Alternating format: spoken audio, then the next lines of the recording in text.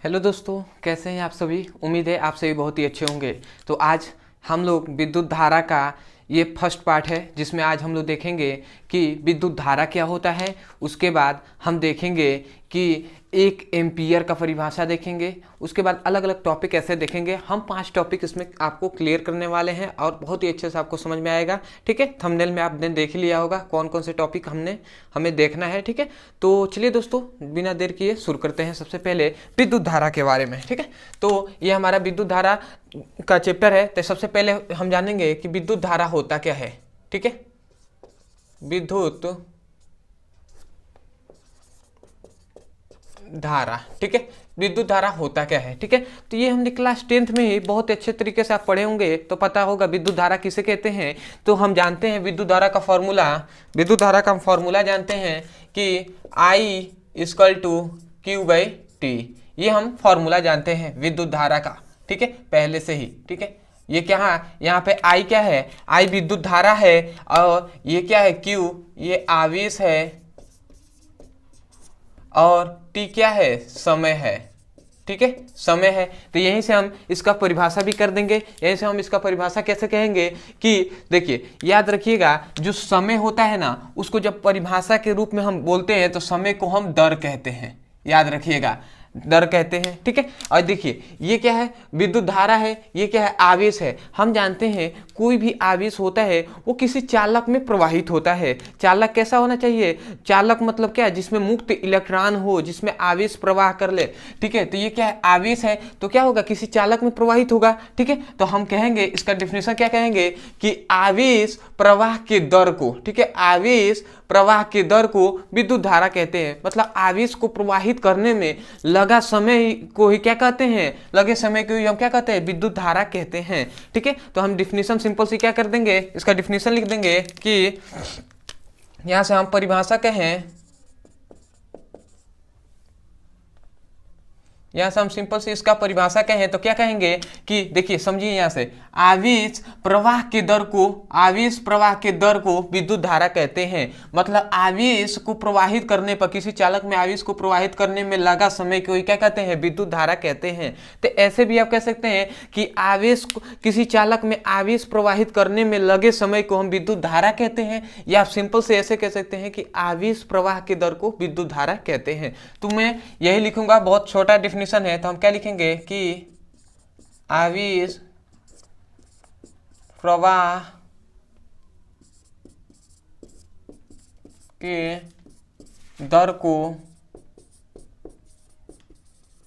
विद्युत धारा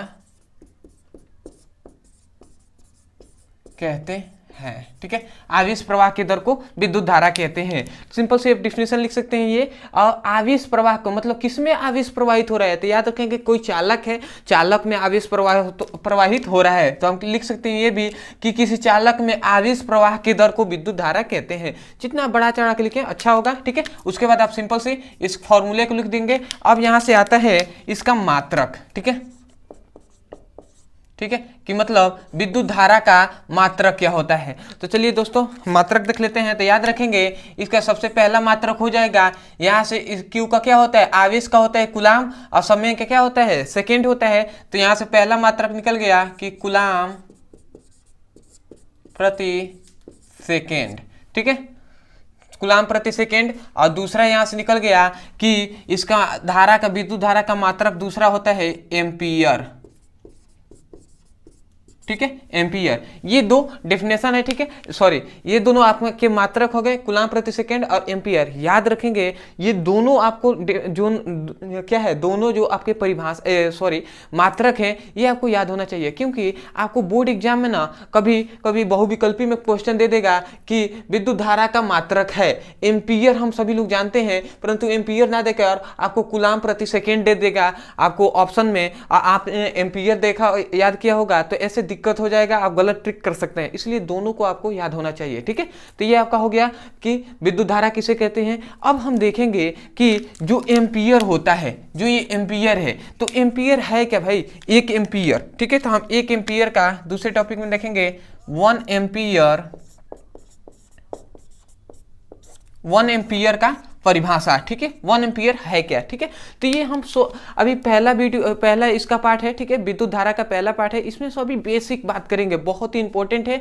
इसमें आपको 2 या 3 नंबर के हर बार बोर्ड एग्जाम में से जितने पढ़ाने वाले हैं उसमें से 2 या 3 नंबर का तो बोर्ड एग्जाम में आपसे पूछा ही जाता है, ठीक है। और विद्युत धारा पूछे या ना पूछे, 1 एम्पियर का परिभाषा आपको टिप्पणी लिखने के लिए आ जाता है, ठीक है। तो आपको ध्यान से पढ़ना है और समझना है, ठीक है। आप जानते ही होंगे, अगर पहले से पढ़ रहे होंगे तो क्या होता है, हम शुरू से ही पहला जो पार्ट होता है सीक्वेंस में पढ़ाता हूं, ठीक है। और एक एक छोटी छोटी बातों को मैं पहले वीडियो में ही क्लियर कर देता हूं, ठीक है, कि आगे आपको दिक्कत ना हो, ठीक है। तो चलिए दोस्तों 1 एम्पियर का परिभाषा देखते हैं। तो हम जानते हैं कि धारा, यहां से हम जानते हैं विद्युत धारा I इक्वल टू क्या होता है, Q/T।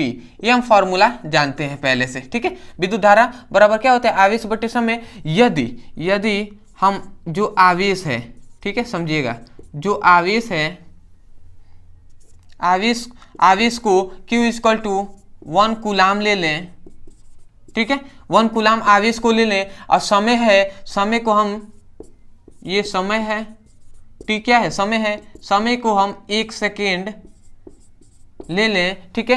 तो जो चालक में धारा उत्पन्न होगी वही क्या कहलाएगी, धारा उत्पन्न होगी। धारा मतलब विद्युत धारा उत्पन्न होगी, वो क्या हो जाएगी, उसे ही हम 1 एम्पियर कहते हैं, ठीक है। आपको समझ में नहीं आ रहा होगा, कोई दिक्कत नहीं है, अभी समझ में आ जाएगा, ठीक है। एम्पियर कहते हैं, ठीक है। यहीं से आप डिफिनेशन कहेंगे, मतलब यदि हम आवेश को 1 कूलाम ले लें, मतलब इकाई ले लें, ठीक है। और सेकेंड जो है, समय है, उसको हम 1 सेकेंड ले लें, समय को भी क्या ले लें, इकाई ले लें, तो जो चालक में विद्युत धारा उत्पन्न होगी वही 1 एम्पियर कहलाएगी। तो हम डिफिनेशन इसका कैसे करेंगे, तो आप सोच रहे होंगे डिफिनेशन इसका कैसे करेंगे। तो देखिए डिफिनेशन कैसे करेंगे कि किसी चालक में, ठीक है, ऐसे कहेंगे, किसी चालक में, ठीक है, किसी चालक में, ठीक है। क्यों हम कह रहे हैं किसी चालक में, क्योंकि हम जानते हैं आवेश किस में प्रवाहित होगा, तो भैया चालक में ही प्रवाहित होगा ना। तो हम कहेंगे किसी चालक में 1 कूलाम आवेश को, समझिएगा, किसी चालक में 1 कूलाम आवेश को 1 सेकेंड तक प्रवाहित करने पर, 1 सेकेंड तक प्रवाहित करने पर चालक में उत्पन्न विद्युत धारा 1 एम्पियर कहलाता है, ठीक है। समझ में आया क्या कहा जा रहा है, किसी चालक में 1 कूलाम आवेश को 1 सेकेंड तक प्रवाहित करने पर चालक में उत्पन्न विद्युत धारा 1 एम्पियर कहलाता है। समझ में आया।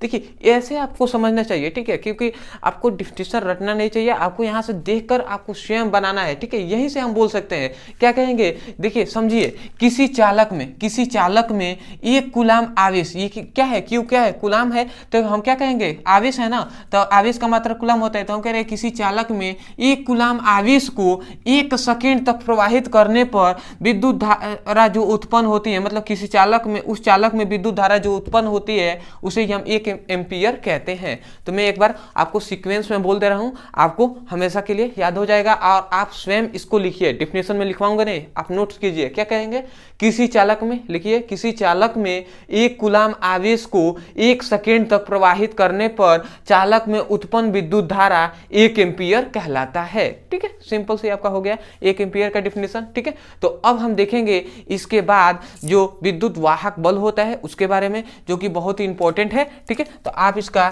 स्क्रीनशॉट ले सकते हैं, ठीक है, ले लिए होंगे। चलिए अब देखते हैं हम विद्युत धारा के बारे में, विद्युत वाहक बल, जो कि बहुत इंपॉर्टेंट है। आगे आपको ये सभी बेसिक है, ठीक है। अगर आपको ये अगर समझ में ना आए तो आगे आप बहुत ही मुश्किल हो जाएगा आपके लिए पढ़ना, ठीक है। आगे के चैप्टर्स, जो आगे के जो भी पढ़ाई है वो इससे रिलेटिव है, ये थोड़ा बेसिक है, तो आपको समझना आना चाहिए, ठीक है।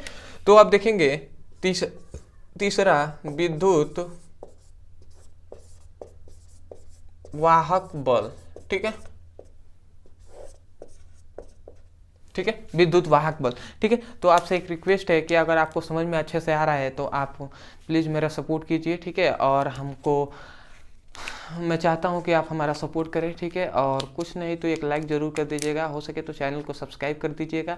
और आपको लगे कि हाँ मैं अच्छा पढ़ा रहा हूं और किसी दोस्तों को मतलब ज़रूरत हो, आपको लग रहा है कि हाँ इनको परिभाषा जिसको याद नहीं हो रहा है ऐसे समझ में आ रहा है आपको, तो उनको भी समझ में आएगा, तो उनके पास शेयर कर सकते हैं, ठीक है। नहीं तो अदर ज़्यादा शेयर मत कीजिए, ठीक है। आपको लगे कि हाँ उनको मतलब ज़रूरत है, जो आपके फ्रेंड्स हों चाहे आपके भाई हों, उनको ज़रूरत है तो उनको बता सकते हैं या शेयर करा सकते हैं, कोई दिक्कत नहीं है, ठीक है। परंतु आपसे एक रिक्वेस्ट है कि कमेंट सेक्शन में जरूर बताइएगा कि आपको कैसा लगा, और सब्सक्राइब कर लीजिएगा यार, ठीक है। तो चलिए अब देखते हैं विद्युत वाहक बल, ठीक है। तो विद्युत वाहक बल होता क्या है, तो फॉर्मूला हम विद्युत वाहक बल का जानते हैं। क्या होता है, विद्युत वाहक बल को हम ई से प्रदर्शित करते हैं। ई इक्वल टू क्या होता है, ई इक्वल टू W/Q होता है, विद्युत वाहक बल का ये फॉर्मूला है, ठीक है। W/Q होता है, और याद रखेंगे जो हमने इससे पहले विद्युत विभव V इक्वल टू भी पढ़ा था, W/Q, ठीक है। दोनों का फॉर्मूला एक ही होता है, मतलब विद्युत वाहक बल और विभव का फॉर्मूला, मतलब विद्युत वाहक बल और विद्युत विभव का फॉर्मूला क्या होता है, दोनों एक ही होता है। W/Q होता है, इसमें भी W/Q होता है, परंतु इन दोनों में अंतर होता है। अंतर आप समझ जाएंगे तो इसका डिफिनेशन आप आसानी से कर सकते हैं, ठीक है। तो याद रखेंगे अंतर यही होता है कि ये जो विद्युत वाहक बल है ना, इसमें जो परिपथ होता है यह क्या होता है, ये खुला परिपथ होता है। याद रखेंगे खुला परिपथ होता है, जबकि विद्युत वाहक बल में ये क्या होता है, यह बंद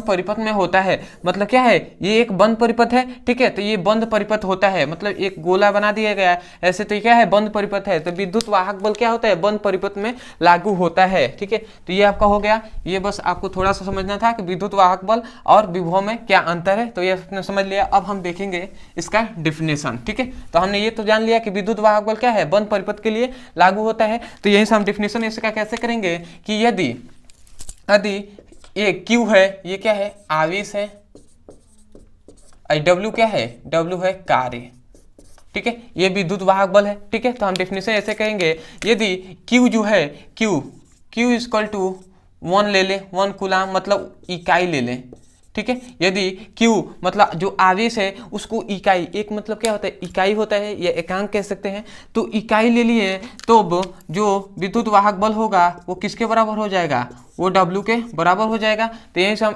इसका परिभाषा कहेंगे कि एकांक आवेश को प्रवाहित करने में, एकांक आवेश को किसी बंद परिपथ में, समझिएगा ये बंद परिपथ के लिए लागू होता है, तो हम क्या कहेंगे कि एकांक आवेश को, एकांक या इकाई भी कह सकते हैं, ठीक है। एक कूलाम का मतलब है इकाई, ठीक है। तो आप क्या कहेंगे, एकांक आवेश को, एक कूलाम भी ऐसे कह सकते हैं, परंतु आप क्या कहेंगे, एकांक आवेश को किसी बंद परिपथ में प्रवाहित करने पर किया गया कार्य ही विद्युत वाहक बल कहलाता है। आप सोच रहे होंगे, देखिए जब हम किसी आवेश को किसी चालक में प्रवाहित करेंगे तो वर्क करना पड़ेगा कि नहीं, कोई भी हम जानते हैं कि दूरी परिवर्तन होता है तो उसमें कार्य होता है। तो भैया जब आवेश जा रहा है तो वो भी क्या हो रहा है, अपने क्या कर रहा है, वो क्या कर रहा है, गति करते हुए जा रहा है, तो उसके दूरी में परिवर्तन हो रहा है कि नहीं, उसके जो गति करते हुए आगे बढ़ रहा है तो दूरी में परिवर्तन हो रहा है, तो कार्य होगा कि नहीं। इसीलिए कहा जा रहा है कि एकांक आवेश को किसी बंद परिपथ में, ठीक है,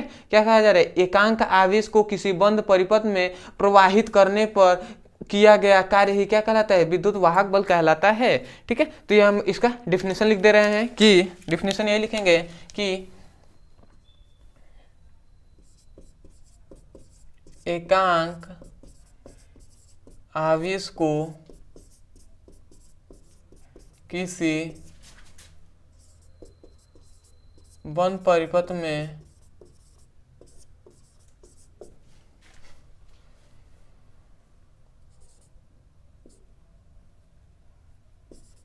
प्रवाहित करने में किया गया कार्य विद्युत वाहक, नहीं दिखाई दे रहा हो तो विद्युत वाहक बल कहते हैं, ठीक है। तो ये आपका डिफिनेशन हो गया। क्या कहा जा रहा है कि एकांक आवेश को किसी बंद परिपथ में, हम जानते हैं विद्युत वाहक बल क्या होता है, बंद परिपथ के लिए लागू होता है, तो एकांक आवेश को किसी बंद परिपथ में प्रवाहित करने में किया गया कार्य या लगा कार्य या होने वाला कार्य ही क्या कहलाता है, विद्युत वाहक बल कहलाता है, ठीक है। तो ये आपका डिफिनेशन हो गया, ये उसका सूत्र हो गया। अब हम देखेंगे इसके मात्रक, ठीक है। अब देखेंगे हम अगला कि मात्रक, ठीक है, जो कि बहुत इंपॉर्टेंट होता है ऑब्जेक्टिव टाइप क्वेश्चन के लिए, ठीक है। तो मात्रक क्या हो जाएगा, तो यहीं से हम निकालेंगे कार्य का मात्रक होता है जूल, आवेश का मात्रक होता है कूलाम। तो यहाँ से इसका पहला मात्रक निकल गया कि जूल प्रति कूलाम, ठीक है, जूल प्रति कूलाम निकल गया, ठीक है। और दूसरा याद रखेंगे, इसका दूसरा मात्रक होता है वोल्ट, वोल्ट, ठीक है। तो ये दो विद्युत वाहक बल के दो मात्रक हो गए, यही याद रखेंगे, यही दोनों मात्रक भी क्या होते हैं, विद्युत विभव का भी मात्रक यही होता है, ठीक है। तो ये आपके क्लियर हो गए, ठीक है। अब हम देखने वाले हैं जो कि मोस्ट इंपॉर्टेंट है, धारा का अनुगमन वेग, ठीक है, धारा का अनुगमन वेग और श्रांति काल, जो कि बहुत इंपॉर्टेंट है। तो चलिए दोस्तों अब देखते हैं धारा का अनुगमन वेग, ठीक है। तो यहाँ पे तो हो ही जाएगा, ठीक है। चलिए हम इसको थोड़ा सा मिटा दे रहे हैं, ठीक है। तो देखेंगे हम धारा का अनुगमन वेग, धारा मतलब विद्युत धारा का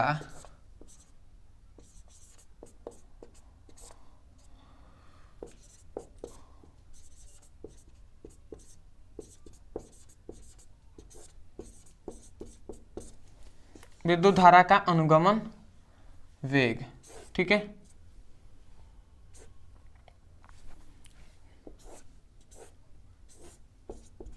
तो विद्युत धारा का अनुगमन वेग है क्या, ठीक है। तो सबसे पहले थोड़ी सी आपको बेसिक बात बता दूं, उसके बाद आपको बहुत ही आसानी से इसका डिफिनेशन याद हो जाएगा, आप समझ जाएंगे, ठीक है। देखिए यहाँ पर कह रहा है विद्युत धारा, और फिर से कह रहा है अनुगमन वेग। तो वेग से आपको समझ में आ रहा है कि कोई गति कर रहा होगा कोई भी, ठीक है। अब आता है गति, बस इतना समझना है कि कोई भी क्या कर रहा है, वेग, वेग मतलब क्या होता है, गति मतलब मान लीजिए एक तरह से कह सकते हैं कि गति कर रहा है कोई भी वस्तु, ठीक है। और ये क्या है, विद्युत धारा। अब हम जानेंगे विद्युत धारा। तो विद्युत धारा को बताया गया है कि आवेश प्रवाह के दर को विद्युत धारा कहते हैं। मतलब क्या होता है, आवेश किसी चालक में प्रवाहित होता है, ये हमने भी पढ़ा है, ठीक है, कि मतलब आवेश प्रवाहित होता है। तो आवेश किसी भी चालक में कब प्रवाहित होता है, चालक में जब मुक्त इलेक्ट्रॉन होते हैं, चालक में क्या होंगे, मुक्त इलेक्ट्रॉन होते हैं, तभी आवेश प्रवाहित करता है, ठीक है। यदि उसमें किसी चालक में मुक्त इलेक्ट्रॉन नहीं है तो उसमें आवेश प्रवाहित नहीं होगा, ठीक है। तो उसमें आवश्यक है प्रवाहित, जब विद्युत धारा उसी में प्रवाहित होता है जिसमें क्या होता है, मुक्त इलेक्ट्रॉन होते हैं उपस्थित, उसमें मुक्त इलेक्ट्रॉन होंगे, ठीक है। तो कह रहे हैं विद्युत धारा का अनुगमन वेग, मतलब विद्युत धारा का अनुगमन वेग में हम कह सकते हैं कि मुक्त इलेक्ट्रॉनों का अनुगमन वेग, ऐसे भी तो कह सकते हैं। विद्युत धारा का मतलब क्या है, जो मुक्त इलेक्ट्रॉन है वही, ठीक है। तो मुक्त इलेक्ट्रॉनों के अनुगमन वेग ऐसे भी कह सकते हैं। तो यहीं से हम इसका डिफिनेशन कहेंगे, मतलब इसमें कुल कहने का मतलब यही है कि कोई मुक्त इलेक्ट्रॉन है, समझिएगा, यहाँ से कोई भी मुक्त इलेक्ट्रॉन है, ठीक है, यहाँ पे भी मुक्त इलेक्ट्रॉन है, यहाँ पे भी मुक्त इलेक्ट्रॉन है, समझिएगा। ऐसे ये मुक्त इलेक्ट्रॉन है, ठीक है, ऐसे ऐसे ऐसे ऐसे ऐसे ऐसे ऐसे ऐसे ऐसे ऐसे, ठीक है। ये तो ज़्यादा आपको हो गया, आपको सब समझ में नहीं आएगा, थोड़ा सा आपको फिगर अच्छे से बना दिया जाए। ये मान लीजिए मुक्त इलेक्ट्रॉन है, ठीक है, मुक्त इलेक्ट्रॉन है, ठीक है। और ये क्या कर रहे हैं, जिग-जैग मोशन में गति कर रहे हैं, ऐसे, ठीक है, ऐसे ऐसे ऐसे ऐसे ये गति कर रहे हैं। तो देखिए जहां जहां टक्कर होता है, मतलब ये पूरे एक चालक है, मान लेते हैं कोई चालक है, इसमें मुक्त इलेक्ट्रॉन है, तो ये सभी क्या है, मुक्त इलेक्ट्रॉन है। जब ये मुक्त इलेक्ट्रॉन यहाँ पे गया तो यहाँ पे भी एक और मुक्त इलेक्ट्रॉन था, ये आपस में टक्कर कर रहे हैं, मतलब दो से अधिक इलेक्ट्रॉन क्या कर रहे हैं, आपस में टक्कर कर रहे हैं। कौन से इलेक्ट्रॉन, मुक्त इलेक्ट्रॉन। यहाँ पे टक्कर हुआ, ठीक है, जहां जहां पर टक्कर हुआ, ठीक है, यहाँ पे टक्कर, यहाँ पे टक्कर, मतलब इनकी दो टक्करों के दो सतत टक्करों, मतलब जो दो लगातार टक्कर होते हैं, किनमें, मुक्त इलेक्ट्रॉनों के बीच जो दो लगातार टक्कर होते हैं, उसी जिस वेग से क्या करते हैं ये टक्कर करते हैं, उसके औसत को ही हम क्या कहते हैं, धारा का अनुगमन वेग कहते हैं। समझ में आया, सुनिए क्या कहा जा रहा है कि मतलब कोई भी दो इलेक्ट्रॉन है या दो से अधिक इलेक्ट्रॉन है, जब वो आपस में मतलब सतत टक्कर करते हैं, मतलब लगातार टक्कर करते हैं आपस में, ये देख रहे हैं गति करते हुए जा रहे हैं, तो ये आपस में टकरा जा रहे हैं। तो जब टकराएंगे तो जिस वेग से टकराएंगे उस वेग के औसत वेग को, मतलब उसके आधे को ही हम क्या कहते हैं, विद्युत धारा का अनुगमन वेग कहते हैं। तो आप सोच रहे हैं डिफिनीशन क्या कहेंगे, तो हम डिफिनीशन यही कहेंगे कि मुक्त इलेक्ट्रॉन है, ये क्या है, ये क्या है, ई, यहाँ पे ई क्या है, मुक्त इलेक्ट्रॉन है, ठीक है, मुक्त इलेक्ट्रॉन है। तो क्या कहेंगे, मुक्त इलेक्ट्रॉनों के, ठीक है, आप कहेंगे कोई जरूरी नहीं, कम से कम हम जानते हैं कि टक्कर होने के लिए दो इलेक्ट्रॉनों की उपस्थिति होना अनिवार्य है। एक से तो टक्कर होगा नहीं, दो होगा या दो से अधिक होंगे, तो हम क्या कहेंगे, दो या दो से अधिक मुक्त इलेक्ट्रॉनों के दो सतत टक्करों के बीच, मतलब इसका कहने का मतलब दो सतत टक्करों को मतलब दो लगातार टक्करों के बीच के औसत वेग को, मतलब आधे वेग को ही हम क्या कहते हैं, धारा का अनुगमन वेग कहते हैं। तो क्या कहेंगे कि दो या दो से अधिक मुक्त इलेक्ट्रॉनों के दो सतत टक्करों के बीच के औसत वेग को ही हम क्या कहते हैं, धारा का अनुगमन वेग कहते हैं। ठीक है, तो समझ में आ गया क्या कहा जा रहा है, मतलब दो होंगे या दो से अधिक होंगे, दो या दो से अधिक, ठीक है, दो या दो से अधिक मुक्त इलेक्ट्रॉनों के दो सतत टक्करों के बीच के औसत वेग को ही, उसके मतलब आधे वेग को ही हम क्या कहते हैं, विद्युत धारा का अनुगमन वेग कहते हैं। याद रखेंगे, इसे हम Vd से प्रदर्शित करते हैं, सॉरी यहाँ पे V और यहाँ पे छोटा सा d होगा, Vd से प्रदर्शित करते हैं। और इसका फॉर्मूला होता है विद्युत धारा का अनुगमन वेग का Vd = V/2, ये इसका फॉर्मूला होता है, याद रखेंगे। ठीक है, तो हम डिफिनीशन कैसे करेंगे, तो डिफिनीशन आपको एक बार और बता दे रहा हूँ, उसके बाद मैं लिखवा भी दूंगा। अगर आप नोट्स बनाना सीखते हैं तो मैं जैसे बोल रहा हूँ वैसे आप स्वयं लिखिए, ठीक है, सुनकर और दोबारा सुनिए और उसको लिखिए। ठीक है, यहाँ पे सुन के लिखेंगे तो आपको बहुत आसानी से समझ में आएगा। ठीक है, और लिख कर आपको याद करने में बहुत दिक्कत होगा, तो सुनिए और समझिए और लिखिए। ठीक है, यही मैं कहूँगा। तो क्या कहा जा रहा है, दो या दो से अधिक मुक्त इलेक्ट्रॉनों के दो सतत टक्करों के बीच के औसत वेग को विद्युत धारा का अनुगमन वेग कहते हैं। ठीक है, तो मैं लिख दे रहा हूं। ठीक है, आपको और मतलब इसको सुनना है तो आप वीडियो को पीछे करके आप सुन सकते हैं। ठीक है, मैं लिख दे रहा हूं यहाँ पे डिफिनीशन कि दो या दो से अधिक मुक्त इलेक्ट्रॉनों के सतत मतलब याद रखेंगे लगातार, ठीक है, सतत टक्करों के बीच के औसत वेग को विद्युत धारा का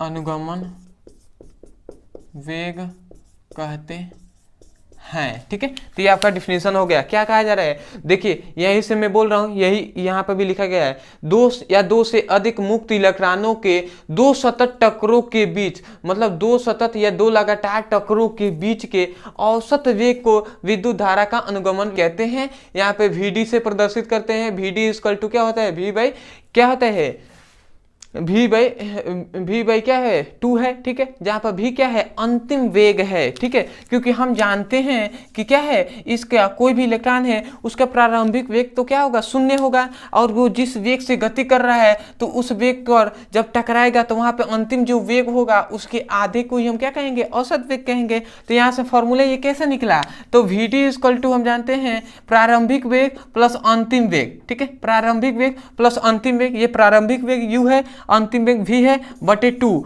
औसत का मतलब होता है आधा, आधा कब होगा, जब 2 से भाग देंगे। और हम जानते हैं कि प्रारंभिक वेग इसका क्या है, इलेक्ट्रॉनों का 0 है, मतलब u = क्या है, 0 है। तो जब ये 0 हो जाएगा तो यहाँ से Vd = क्या निकल गया, ये d यहाँ पे नीचे रहेगा, Vd = क्या निकल गया, Vd = V/2 निकल गया। तो यही तो हमने लिखा है, Vd = U/T, सॉरी V/T, ये क्या है, V जो यहाँ पे भी है ये अंतिम वेग है, किसका, मुक्त इलेक्ट्रॉनों का अंतिम वेग है। तो उम्मीद है कि बहुत अच्छे से आपको समझ में आया होगा। अंतिम एक ठो बहुत इंपॉर्टेंट है, ये भी आपके पूछ लिया जाता है। ठीक है, और इसमें सबसे 3 ठो मोस्ट इंपॉर्टेंट इसमें था, जो एक था 1 एम्पियर का, दूसरा ये है, दूसरा विद्युत धारा का अनुगमन वेग, और तीसरा हो जाएगा सबसे इंपॉर्टेंट जो अभी अंत में पढ़ाऊंगा, श्रांति काल। ठीक है, तो चलिए आप देखते हैं हम श्रांति काल। तो श्रांति काल से पढ़ाने से पहले मैं आपसे फिर से एक बार रिक्वेस्ट करता हूँ कि आप अगर तक अभी तक चैनल को सब्सक्राइब नहीं किए हैं तो चैनल को सब्सक्राइब कर लीजिए,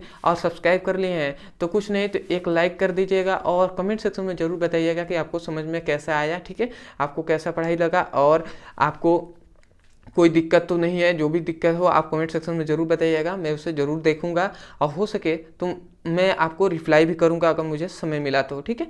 तो मैं आपसे रिक्वेस्ट कर रहा हूं कि मैं भी उतना मतलब रिच फैमिली का नहीं हूं, मैं एक तरह से कहा जाए तो मिडिल क्लास फैमिली से भी नीचे का हूँ, ठीक है। आपको पता नहीं अनुभव हो रहा होगा या नहीं, ठीक है।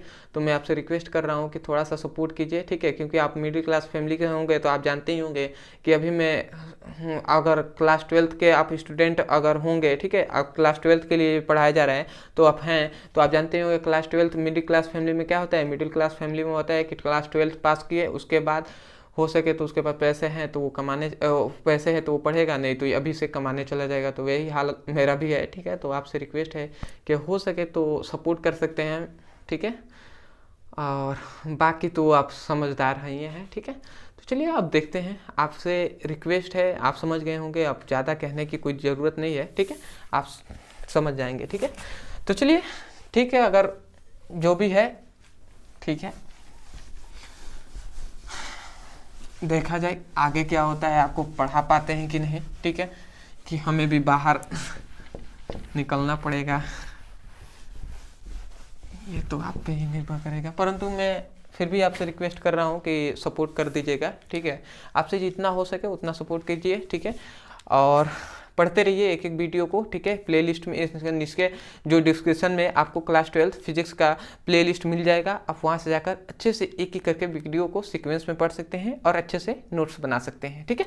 तो अब हम देखेंगे सबसे अंतिम हमारा है जो कि 5वां टॉपिक था, क्या है, श्रांति काल,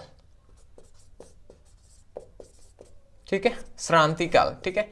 और मैं आपको बता दूं कि YouTube जी जो हैं अभी हमारे वीडियो को नहीं भेज पा रहे हैं, ठीक है, अभी मेरा वीडियो पे व्यूज़ नहीं मिल रहा है, ठीक है। तो आपसे रिक्वेस्ट है कि आपको लगे कि कोई स्टूडेंट की मतलब आपके दोस्तों में किसी को लगे कि आपको हाँ उनको ज़रूरत है, उनको परिभाषा समझ में नहीं आ रहा है, जैसे मैं बता रहा हूँ ऐसे वो समझ जाएंगे, तो उनके पास शेयर जरूर करिए, ठीक है।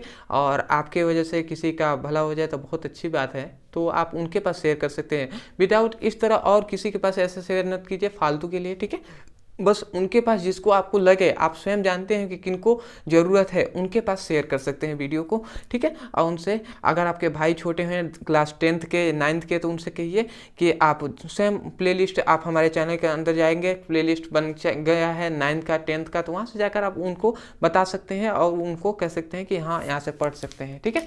तो अब हम देखेंगे श्रांति काल, ठीक है। तो सिंपल सी, अगर आपने विद्युत धारा का अनुगमन वेग समझ गए होंगे ना, तो श्रांति काल समझना है आपकी दाएं हाथ का खेल है, ठीक है, दाएं हाथ का बाएं हाथ का कुछ भी आप समझ सकते हैं, ठीक है, ऐसे। तो देखिए श्रांति काल के कहने का मतलब है जो मुक्त इलेक्ट्रॉन था वो क्या हो रहा था, वो लगातार ऐसे ऐसे ऐसे ऐसे ऐसे ये क्या कर रहा था, गति कर रहा था। और ये क्या कर रहा है, यहाँ पर क्या हो रहा है, यहाँ पे दो सतत टक्कर हो रहे हैं, किसके बीच, मुक्त इलेक्ट्रॉनों के बीच सतत टक्कर हो रहे हैं, क्योंकि मुक्त इलेक्ट्रॉन इसमें क्या हुए हैं, इसमें मुक्त इलेक्ट्रॉन क्या हुए हैं, फैले हुए हैं, ठीक है। तो ये क्या हो रहा है, यहाँ पे जहाँ पे हमने क्या किया है, बिंदु किया है, वहां पर क्या हो रहा है, मुक्त इलेक्ट्रॉनों का टक्कर हो रहा है।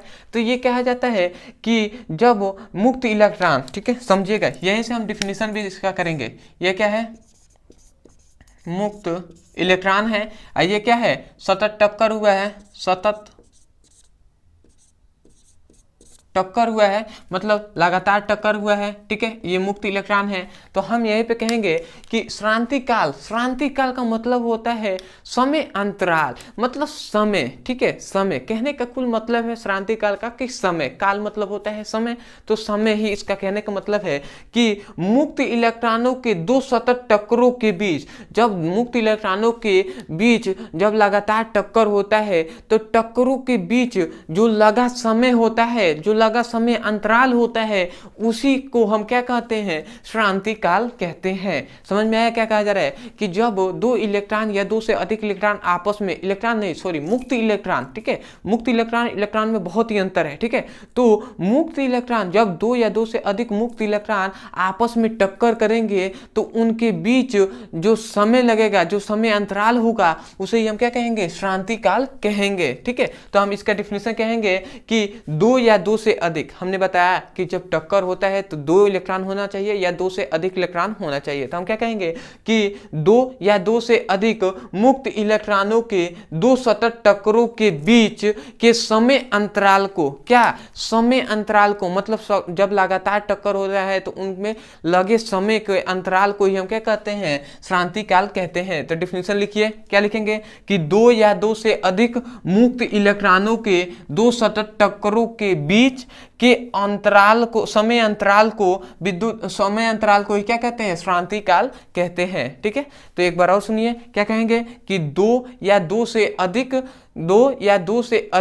मुक्त इलेक्ट्रॉनों के दो सतत टक्करों के बीच के समय अंतराल को हम क्या कहते हैं, श्रांति काल कहते हैं, ठीक है। तो आप लिख लिए होंगे, फिर भी मैं आपको लिखवा दे रहा हूं, ठीक है। बहुत से स्टूडेंट नहीं लिखे होंगे जो कमजोर हैं, ठीक है, तो उनके लिए भी मैं डिफिनेशन लिखवाता हूं। नहीं तो इतने बार आपको बोलता हूं कि अगर आप अच्छे से पढ़ाई करते होंगे, आप अच्छे से यहाँ पे फोकस किए होंगे, तो आप स्वयं ही इसको डिफिनेशन को लिख सकते हैं। इसीलिए मैं हर वीडियो भले ही लंबा हो जाता है, परंतु मैं चाहता हूँ कि आपको 100 में 100% यहाँ पे क्लियर होके जाए और आप रट्टा न मारे, किसी भी परिभाषा के लिए आपको स्वयं याद हो जाए, ठीक है। तो हम इसको लिखेंगे कि क्या लिखेंगे, दो या दो से अधिक मुक्त इलेक्ट्रॉनों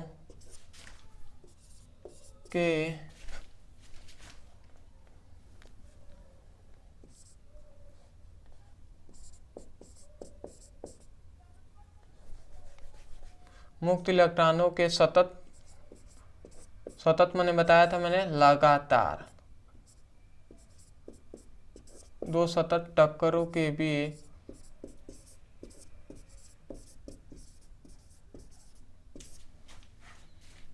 के औसत वेग को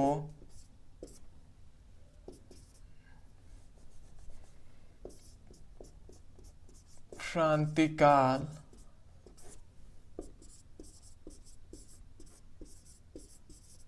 कहते हैं, ठीक है। तो देखिए मैं आपको फिर से पढ़ के बता दे रहा हूँ, और अंतिम है तो इसलिए मैं चाहता हूँ कि ये भी आपको पूरा यहाँ पे याद हो जाए, इसलिए मैं बार बार आपको बता रहा हूँ। क्या कहा गया है, दो या दो से अधिक मुक्त इलेक्ट्रॉनों के सतत टक्करों के बीच के औसत वेग को, मतलब औसत वेग यहाँ पे नहीं, समय अंतराल को, ठीक है, ये तो आपका हो गया, बीच के समय अंतराल को, ठीक है, समय अंतराल को, वो तो आपका हो गया था विद्युत धारा का अनुगमन वेग में क्या होता है, बस यहीं पे थोड़ा सा चेंज होता है, उसमें क्या हो जाएगा, उसमें हो जाएगा औसत वेग, इसमें क्या हो जाएगा, समय अंतराल, मतलब उसके वेग के आधे को ही हम क्या कहते हैं, विद्युत धारा का अनुगमन वेग, और अगर उसमें लगे समय अंतराल को ही हम क्या कहेंगे, श्रांति काल कहते हैं। तो यही कहा जा रहा है, दो या दो से अधिक मुक्त इलेक्ट्रॉनों के दो सतत टक्करों के बीच के समय अंतराल को हम क्या कहते हैं, श्रांति काल कहते हैं। तो उम्मीद है कि आपको बहुत ही अच्छे समझ में आ गया होगा। तो आपसे फिर से मैं अंतिम बार कहूँ या ना कहूँ, मैं खुद ही समझ में नहीं आ रहा है, ठीक है। आप ठीक है, तो जो भी है आप समझ गए होंगे, तो ठीक है, चैनल को सब्सक्राइब कर लीजिएगा, फिर से मैं कह रहा हूँ, ठीक है। और कमेंट से तुम्हें जरूर बताइएगा कि आपको वीडियो कैसा लगा, ठीक है, कोई दिक्कत तो नहीं है, ठीक है। अभी मैं शुरुआती वीडियो बना रहा हूँ, तो थोड़ा सा अभी वो वीडियो जो है यूट्यूब जी अभी भेज नहीं रहे हैं वीडियो को, ठीक है। तो मैं चाहूँगा कि आप स्वयं, अगर आपको लगे कि हाँ अच्छा, मतलब मैं कुछ आपको अच्छे से बता रहा हूँ, ठीक है, तो आप शेयर कर सकते हैं जिनको ज़रूरत हो उनके पास। आप स्वयं जानते हैं कि किनके पास ज़रूरत है, किनके पास नहीं है, ठीक है, तो उनके पास शेयर कर सकते हैं, ठीक है। आप बता सकते हैं कि हाँ अच्छा है, ठीक है, अच्छा पढ़ा रहे हैं, तो आप इनके साथ पढ़ सकते हैं, ठीक है। तो आप स्वयं थोड़ा सा मेरे लिए सपोर्ट कर सकते हैं, ठीक है, मुझे सपोर्ट कीजिए और मेरे लिए ही आप मुझे मतलब अगर सपोर्ट करना चाहते हैं तो मेरे लिए आप स्वयं बात करके आप उनसे कहकर और उन्हें अच्छे से अच्छे, मैं चाहूँगा कि आपको आगे वीडियो मिलता रहे, ठीक है। तो मैं आपसे यही कहूँगा कि अभी मैं शुरुआती वीडियो बना रहा हूँ तो थोड़ी बोलने में हेजिटेशन होती है, ठीक है, और उतना अच्छे से अभी एक्सप्लेन नहीं कर पाता हूँ, फिर भी मैं जितना कोशिश कर रहा हूँ उतना मतलब मैं अभी कर रहा हूँ, ठीक है। और आगे भी मैं चाहूँगा कि ऐसे करते करते मैं अच्छे से अच्छे आपको समझा सकूँ और पढ़ा सकूँ, ठीक है। तो चलिए दोस्तों, बस इतना ही कहना हूँ, ठीक है। अंतिम में ये कहूँगा कि अगर कोई भी वीडियो और कोई भी आपका टॉपिक समझ में नहीं आता है, जैसे कि आपको मान लेते हैं विद्युत विभव, ठीक है, ये आपको समझ में नहीं आता है कि विद्युत विभव है क्या, तो सिंपल से आप कोई भी टॉपिक समझ में नहीं आता है, विद्युत विभव समझ में नहीं आ रहा है, तो आप सिंपल से यूट्यूब पे लिखिए विद्युत विभव, हमारे चैनल का नाम लिखिए, आपको वीडियो मिल जाएगा, आप वहां से जाकर अच्छे से पढ़ाई कर सकते हैं, ठीक है। और आप क्लास 12th के स्टूडेंट है ना, तो फिजिक्स का क्लास 12 फिजिक्स का ऑल वीडियो प्लेलिस्ट के नीचे डिस्क्रिप्शन में लिंक दे दिया जाएगा, वहां से सीक्वेंस में एक एक टॉपिक वाइज आप सीक्वेंस में पढ़ सकते हैं और अपने सुंदर से नोट्स बना सकते हैं। तो आज के लिए इतना ही दोस्तों, चलिए मिलते हैं अगले वीडियो में, धन्यवाद।